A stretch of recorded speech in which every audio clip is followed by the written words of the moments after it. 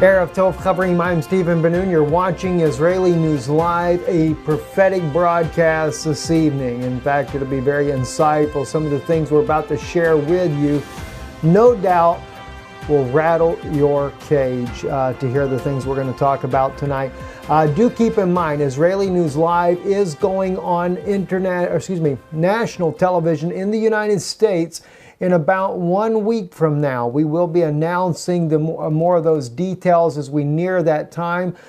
We just want to get you ready for that and let you know that if you would like to be a part of supporting that endeavor, as well as the broadcasts here that air every single day here on YouTube, definitely help support that work. If you're watching this on Israeli News Live, and by the way, do check the YouTube channel you're on.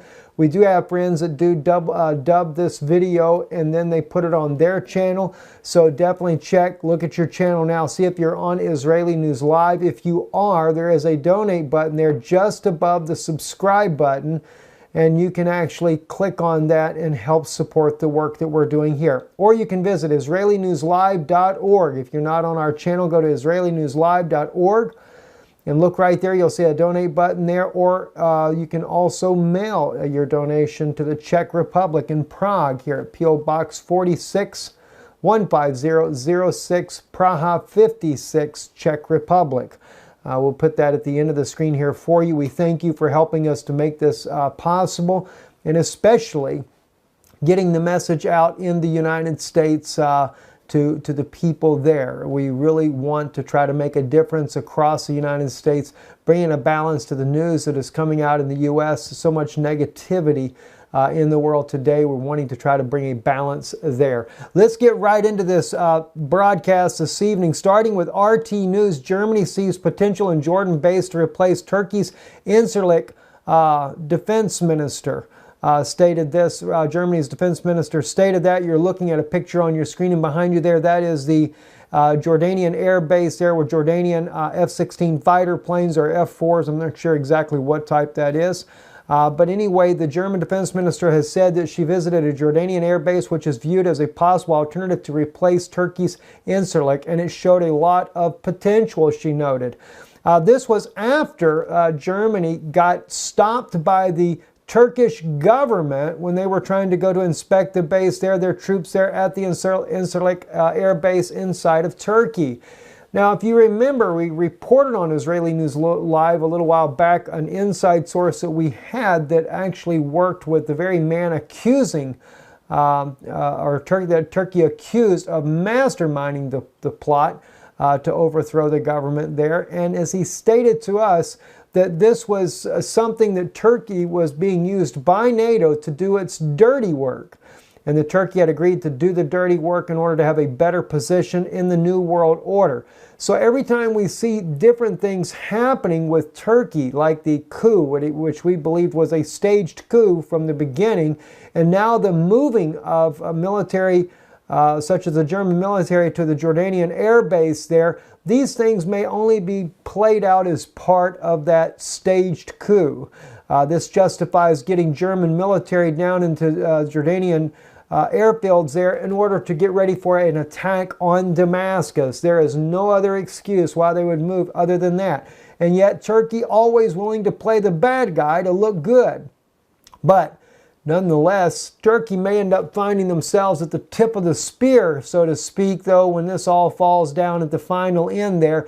And yet they've played the good guy or played the bad guy for NATO. They may find themselves also at the end of NATO's spear eventually and actually be taken completely out. Something we can't rule out completely, especially when we begin to look at biblical prophecy. Also, one other thing before I share with you the biblical prophecy, after President Trump has signed this deal for billions of dollars in military contracts with Saudi Arabia, up to, I think, $350 billion. Now Sputnik is speaking about how the Saudi-led Arab NATO will destabilize the Middle East and unleash a massive war in the region.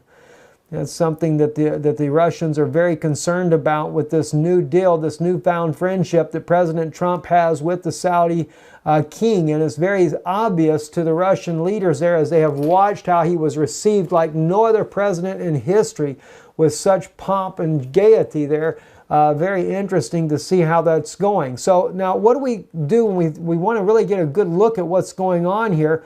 Let's take for just a moment and take a look at biblical prophecy. And then I've got another news I want to share with you about German forces already crossing, Finnish forces already crossing inside of Syria from Iraq.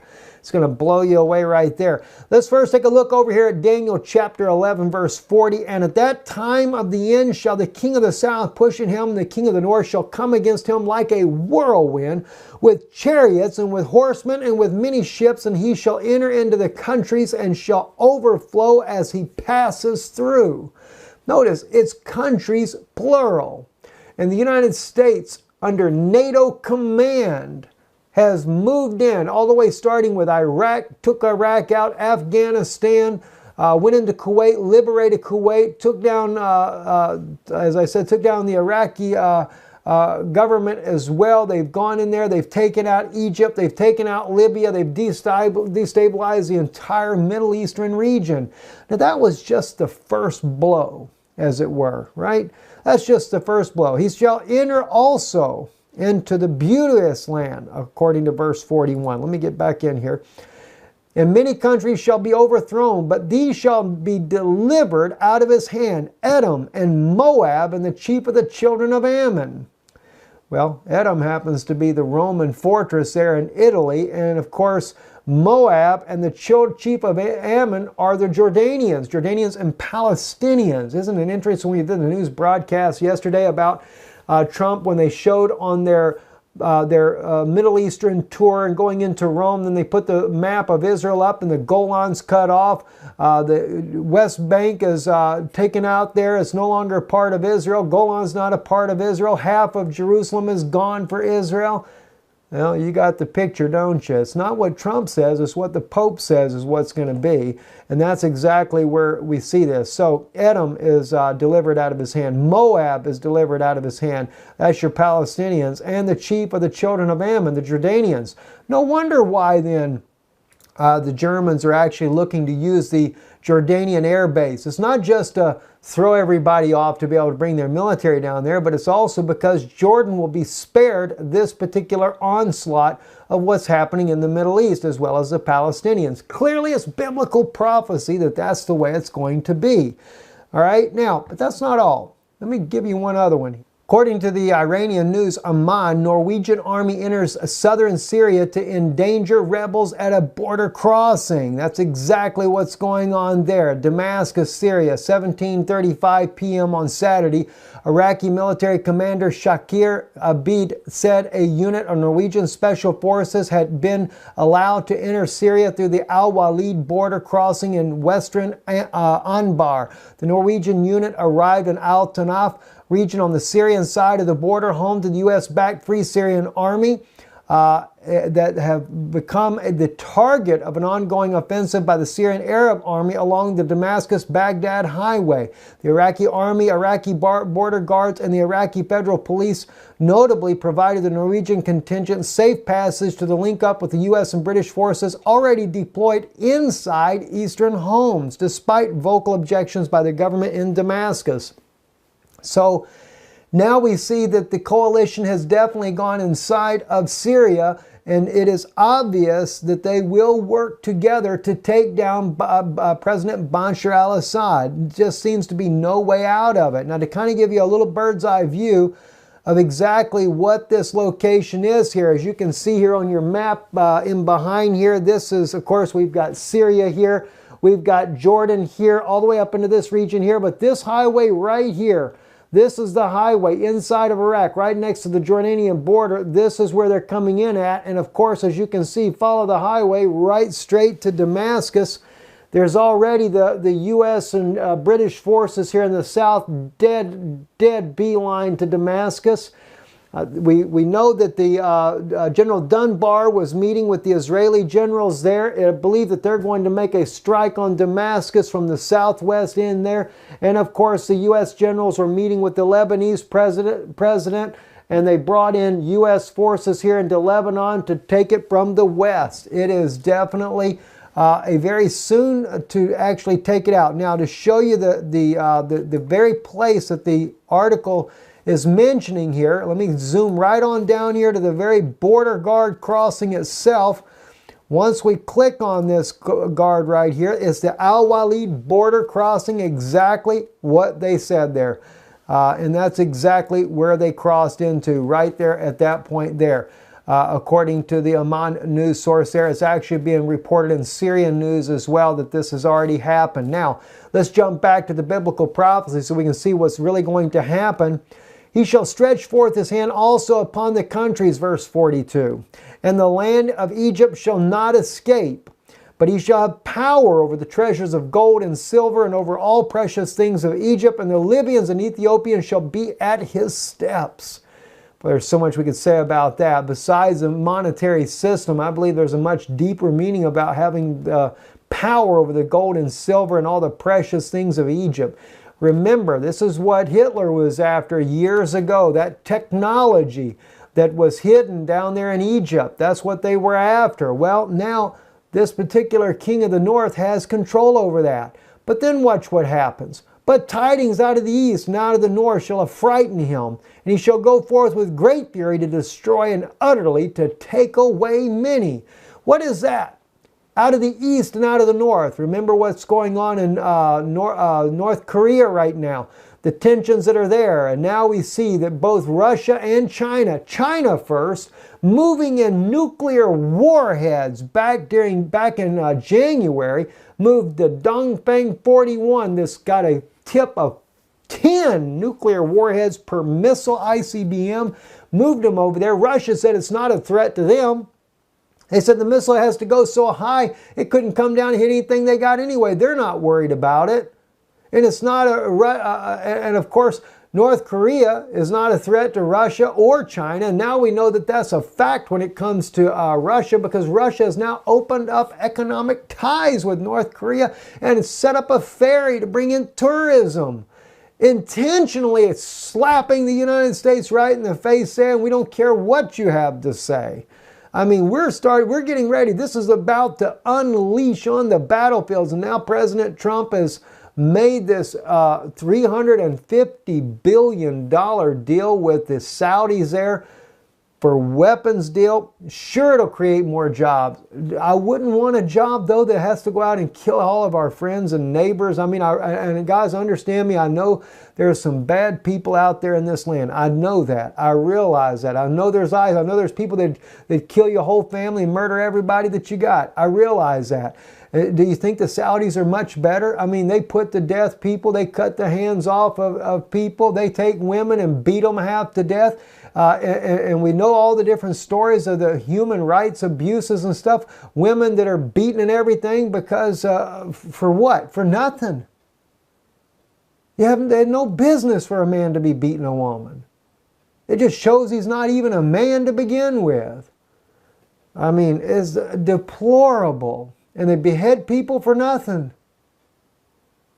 All these abuses, not to mention what's going on in Yemen. It's like Russia said, if this comes up, it's going to be an all-out war. They're going to destabilize the entire region. Well, that's what the Bible says they're going to do.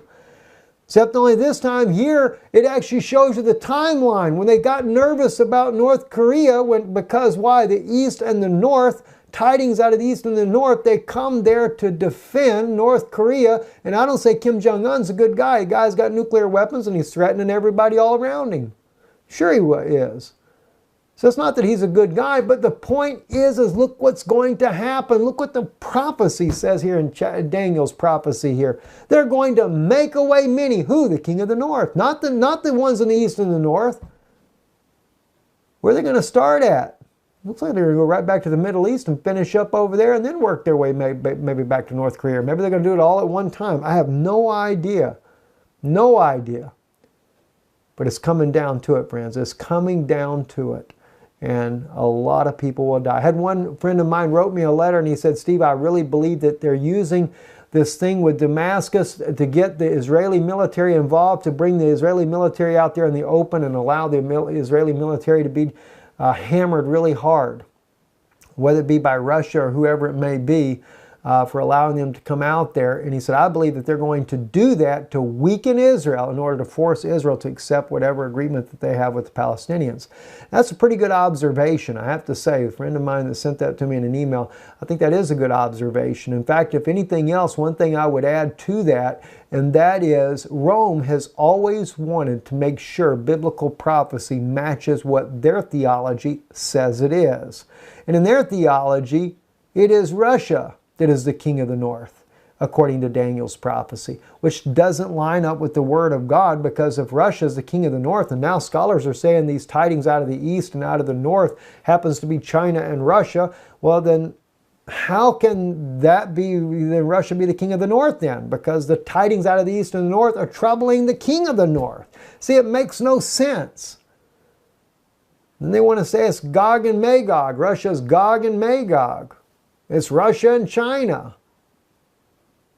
Maybe it has more to do with a Roman authority, a Roman power. Do you know biblically, throughout biblical history, Rome, or Roman Greco power was always believed by the different religious leaders of those days in the ancient world to be the king of the north. Why do we change it then? We ought to think about that, shouldn't we? Let's move on to a couple other quick news briefs here, and then we'll finish out with this. American Civil War 2.0, a bitter hybrid conflict with no end in sight. Sputnik News is kind of capitalizing, looking at what's going on in the United States right now with the Democrats crumbling to the ground and President Trump slowly but surely defeating all of his enemies around him and his foes. And as a result of that, one particular Russian political commentator, Dmitry Korsyev, writes for RIA Novosti. He states this: Democrats are doing wild, suicidal things because they are not just on the defensive, but on the verge of collapse. As the Trump administration breaking down their evil empire, their goal is not the destruction of Russia, but the salvation of their own project. Kosyrev pointed out, referring to the ongoing scandal over the alleged Russian interference in the U.S. 2016 presidential election. Anyway, he goes on to say they are using anti-Russian slogans to destabilize the internal political situation in the United States, but they do not realize that they are harming their own country. If this is the case, then they are quite simply stupid, he writes. If they do not understand what they are doing, then they are dangerously unscrupulous people, Putin told journalists following Russian-Italian talks Wednesday. I apologize. I did not realize that was President Putin's comment there, because he says Korsyev quoted Russian President Vladimir Putin, who called attention to the fact that the growing political schizophrenia in the United States threatens to upset the balance in the country. And he is exactly right about that. And in fact, that's exactly what's going on in Venezuela. Has been a major upheaval of violence and civil unrest and everything because of why a crumbling economy. You cannot help but wonder whose hand has been in the cookie jar there to destabilize that nation to begin with. I could only imagine where that could be traced back to. Well, anyway, Telstar put out an article here that I thought was very interesting about Russia has made a deal with the Venezuelan president to ship wheat in there and to also establish several manufacturing companies inside of Venezuela to manufacture. Actually, let's read what they'll be doing there. We are ready. All trade agreements have already been signed, and very soon Russia will supply Venezuela with 60,000 tons of wheat per month on a stable basis starting from this year, Maduro said. According to the state news agency AVN, the major deal to provide raw materials for the country's bakeries will grant an important line of support of the South American country. According to the Russian state bodies, Venezuela relies on imports of grain and has been buying large amounts of genetically modified or GMO wheat from its geopolitical adversary, the United States. Like Russia, Venezuela has banned GMO crops. God bless Russia, had no idea they banned GMO crops. No wonder why the United States has destabilized Venezuela. They banned GMO crops. In exchange for the imports, 5 new companies will be established in Venezuela for the manufacture of Russian industrial vehicles. God bless Venezuela. I had no idea they banned GMO. And this is why, no doubt, the U.S. has had their hand down there to destabilize this nation. Anywhere you go to throw out GMO, Rothschild banks, etc., you can count on a destabilization program to be on your doorsteps. Well, you know, it's funny how that Russia continues to build alliances with those nations that have rejected the New World Order type system of GMO and hybrid this, hybrid that. Amazing, amazing. I had no idea that, guys. It kind of caught me by surprise. I had not read the full article there. And so that was very, very interesting to see this as part of the article right here. Anyway, I'm Stephen Benoon. You're watching Israeli News Live. Definitely don't forget to support this work that we're doing here. We thank you for it. And God bless you. Shalom.